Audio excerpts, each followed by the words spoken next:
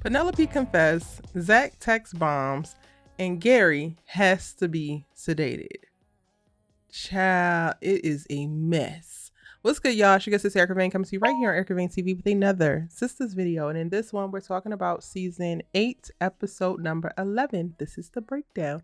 If you're new here, hit that subscribe button and turn on your bell notifications so you don't miss out on any of my Sistas content and conversations. In this video, I'm going to thoroughly break down what I saw, what I thought about what I saw, and what I feel moving forward based on what I saw. And at any given point in time, let me know what you thought about the episode in the comment section down below so we can go ahead and discuss. No, but like for real, let's have a conversation in the comment section down below. Now, I honestly am going to just go character by character versus going through the timeline of the episode because it felt like it was all over the place, but it also felt like it wasn't. And I really do believe that if episode 11 and if episode 10 and episode 11 were put together, it would have made for a much better solid core episode just as one episode versus them being separate. But alas, the meat and potatoes of a lot of the good things that happened in this episode, or in those two episodes for the double feature, happened in this episode. And I'm gonna start with Andrea Barnes, because Andrea Barnes, I fear you will never be taken seriously. I fear that you want to run around here, stomp your feet, throw tantrums, want people to not give you the pretty privilege that you are inherently given because you are a gorgeous, gorgeous girl. Gorgeous gowns, right? Light skin and all, benefiting from colorism and all in various circumstances. You get the privilege that comes with being an aesthetically attractive African-American woman in the United States of A. Right?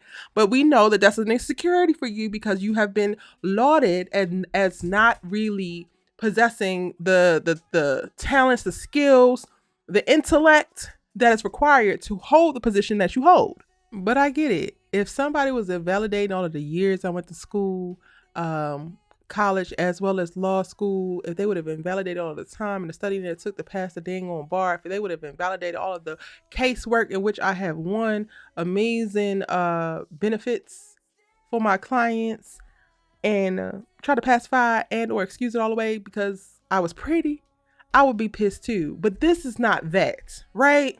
This is not that. Yes, when Robin Autry met you, you were a hot mess. You still a hot damn mess. A pretty one, but a hot mess nonetheless. This man, while he did enjoy a threesome with you and some other little lady, you did too, if I do recall correctly. This man, for whatever reason, aside from the one little Paris snafu, right, has found a way to regard you with some type of respect. No, that sounds wild. Has found a way to consistently not devalue you, not devalue your personhood, not devalue what you actually bring to the firm. And yet, when you decide to puff your chest out, when you decide that you're tired of people playing with you, put some respect on your name. Is y'all finished or you done? When you decide to have your little Birdman moment, you want to have it with the one person who has consistently given you the respect that you demanded of everybody else who continues to play in your goddamn face. I don't understand it to save my life. Robin didn't deserve the slap. Robin didn't deserve the attitude. If anything, Robin, your ass was inappropriate, sir. Inappropriate professing your love for this girl at the same time she throwing a tantrum about wanting to go back to work and not being respected. And you trying to explain to her that she needs to focus on getting her goddamn name clear because she does. And you are her counsel. So that's within your job purview. I'm sorry. But for you to now switch it up and then talk about, so, well, I love you and I magnetism and blah, blah, blah, blah, blah. Sir, this is not the time and this damn sure ain't the place. You could very well love this woman. You could very well want to be with this woman. You could very well want to kiss on this woman and hunch and all of the things, Robin. But now, so all you did, Robin, was embolden her to use this therapy speak back to your ass. And her ass ain't even in therapy. You're gaslighting me. You're manipulating me. I see Gary's not the only narcissist I'm dealing with. Andrea Barnes, please. Because yes, you're right. Gary ain't the only narcissist you're dealing with. You're dealing with yourself. And the real problem is not even that you're also a narcissist. The problem is that you're a narcissist with low self-esteem. Your ass is a big ass mess, honey. A terrible ass mess. I have a video talking about why Andi was scared of Penelope but not Robin, because that was perplexing to me. And I'm going to further dive into that there. So I'm going to go ahead and leave this where it is. Robin should not have professed his love, but Andrea Barnes shouldn't have demanded to go back to work. She about to lose her career. Gary's gonna cost her. Girl, relax. You don't be doing that damn job anyway. And I have said that in video after video after video. Your ass don't do nothing but come in here and look cute. Talk about, I done brought billionaires to the firm.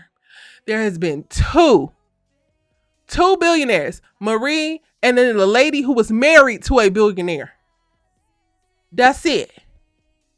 And I fear that those two are flukes just by the right, and I ain't even gonna hold you.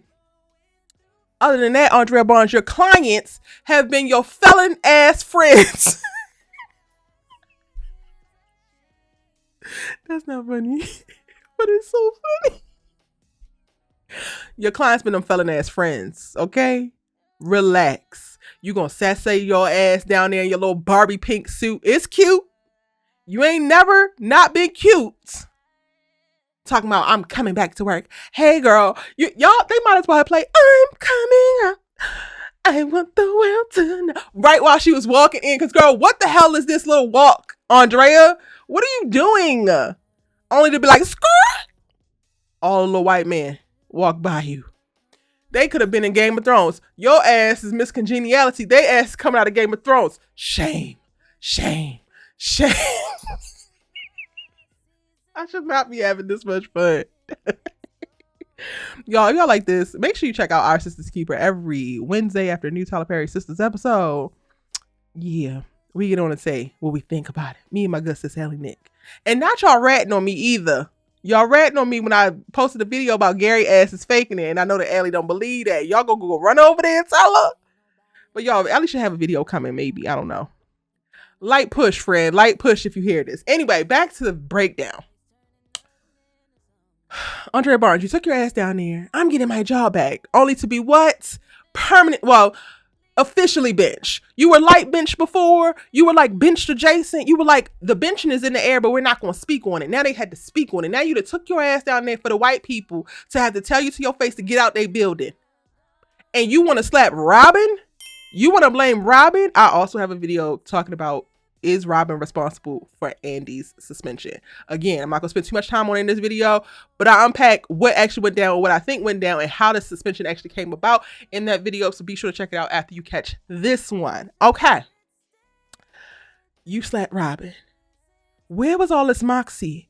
Where was all this anger? Where was all this aggression? When Penelope was rock bottoming you through the damn table in that penthouse, Penelope might as well have taken you to the WWE for a cage match, and you just ran your ass around it, ran around the table like a little scared mouse. But when Robin says you're suspended temporarily, slap! How dare you? How dare Penelope lay her hands on you? How dare Gary lay his hands on you? How dare Jasmine try to shoot you and then beat your ass in that parking lot? Like, I just don't... Andrea, please. And your career is not over, Miss Mamas. You can sit your ass down in that penthouse for a couple days and relax. You're not losing anything. You damn sure ain't losing a livelihood when you get out of your blue Bentley that Gary bought after getting ready in your Atlanta penthouse that Gary bought. Paid off in full. So what livelihood is actually in question? What are you paying for, honey? Besides getting your hair done. I know you don't cook. You know what? Let's move on. Because Andrea Barnes is not going to take over the whole damn episode breakdown. But she was a lot of this episode. Those are my thoughts. Now over to Karen. Y'all know she's one of my favorite characters. Actually, she's my favorite character. Let's not be coy, Erica. Let's keep it cute. And I've already gotten people in my last episode breakdown. Zach can't do nothing right, and everything got to be on Karen's terms. I was going to go into that little thread that I saw popping off, but I saw Allie go into it, and I was just like, oh, I'm busy. I got things to do, so I ain't going to deal with it. Whether y'all like it or not, when a woman gets pregnant, she takes the lead. It is her body that this child has to pass through. It is her life that is at risk as the child is actually passing through it. It is then her responsibility by way of bodily and biological functions to keep this child alive. Yes, the fathers can be there to support and to help, but for Zachary Taylor to get it in his mind that he doesn't want Karen to breastfeed her child, one of her children, so that he can go and play house with said child with his fiance is stupid. It is ignorant. And it doesn't matter how much you dislike Karen's character. It does not make her bossy. It does not make her overly aggressive. It does not make her wrong for pushing back on that because it is stupid. Do you guys know the amount of nutrients, the amount of immunity boosting minerals and molecules and things that pass between mother and child when they breastfeed? And you would like to circumvent all of that, all so that you can bounce the baby on your damn knee and you're not even supposed to be shaking it. Because what is Zachary actually going to do with the child? I'll wait.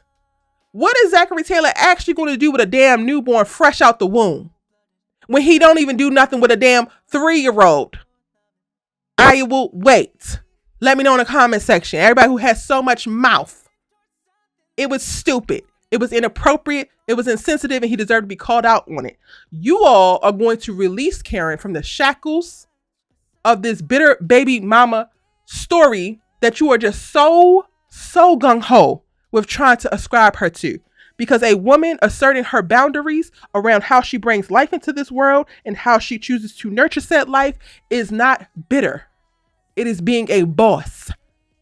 It is being a person who operates with a certain level of discipline, operates with a certain level of self-worth, operates with intention. But Zach and some of the people who follow him wouldn't know nothing about that. Because y'all asses out here raw dogging life, making dumbass decision after dumbass decision. And yeah, I said it. Anyway, I had to address that. Anyway, Zach sends Karen 5011 text in this episode. It gets cute, it's cute, it's cute. Pacifiers, elementary schools, yada yada. But then when he gets to the breastfeeding, that's where cut cards called. She does show up at the duplex unannounced. Is it appropriate? I guess not. I don't really give a damn. Zach still shows up unannounced all the time. So I'm not kicking up no damn dust about it. Fatima also realized, like, oh yeah, this is something that you probably need to speak to a person. Once we get to the point of her revealing that he said, I don't want her to breastfeed.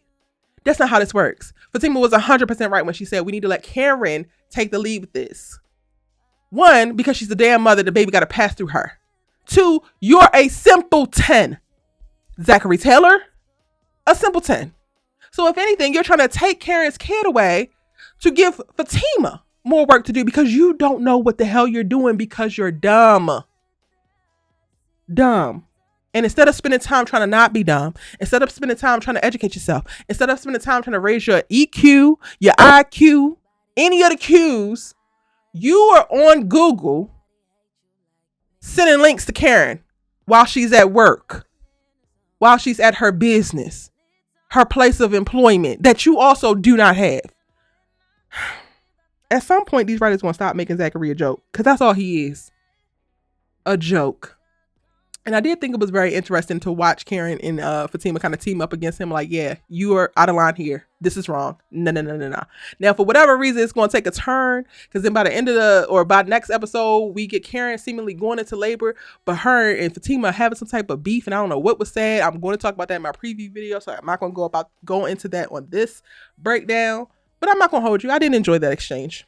I enjoyed Karen setting boundaries. I enjoyed Karen reinforcing, I do want you to be in the kids' lives. I'm not going to stand in the way of you being in the kids' lives because I think that that's a narrative that a lot of Black women get thrown on them of, oh, they're the bitter baby mother because they have some type of standards, because they put some kind of structure in place.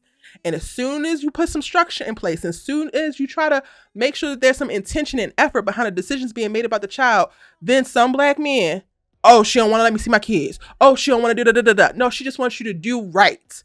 She wants you to go about it correctly. She wants you to go about it intentionally. She don't want you to just be out here, ass to the wind, doing all types of stuff with her child. And I'm saying her child because she had to pass this thing through her body. When you start shooting babies out your urethra, then we can talk. Otherwise, hush. Hush. I said hush.